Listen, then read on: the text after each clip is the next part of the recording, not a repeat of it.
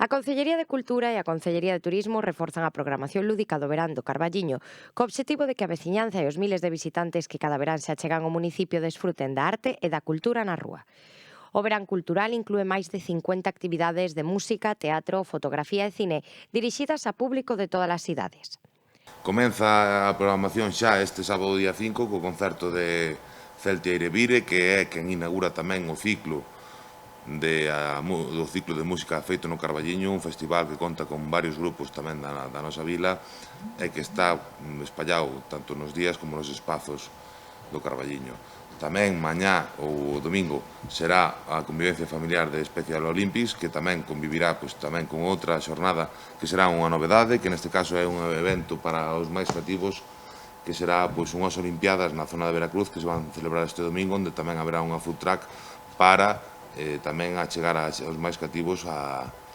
mundo de comer sano e, dende logo, disfrutar das froites de tempada. A programación ao redor da Festa do Pulpo medra este ano, con 20 días de actividades para todos os públicos. A datas tradicionais como a elaboración da tapa do pulpo máis grande do mundo ou o concurso de camisetas, únense citas como o Día do Emigrante ou a Mostra de Viños. Despois tamén teremos as xornadas de folclore internacional, neste caso teremos os grupos de Irlanda, de Xeorxia e de Chile, tamén outra das datas tamén moi sinalada para moitísima xente, e despois tamén ademais continuará o feito no Carballiño o sábado 23 de agosto co artista Mino, un carballiñés que dende logo non deixa ninguén indiferente,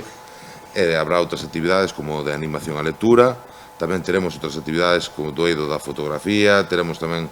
outras actividades como falei antes do eido do cine, tamén outras actividades deportivas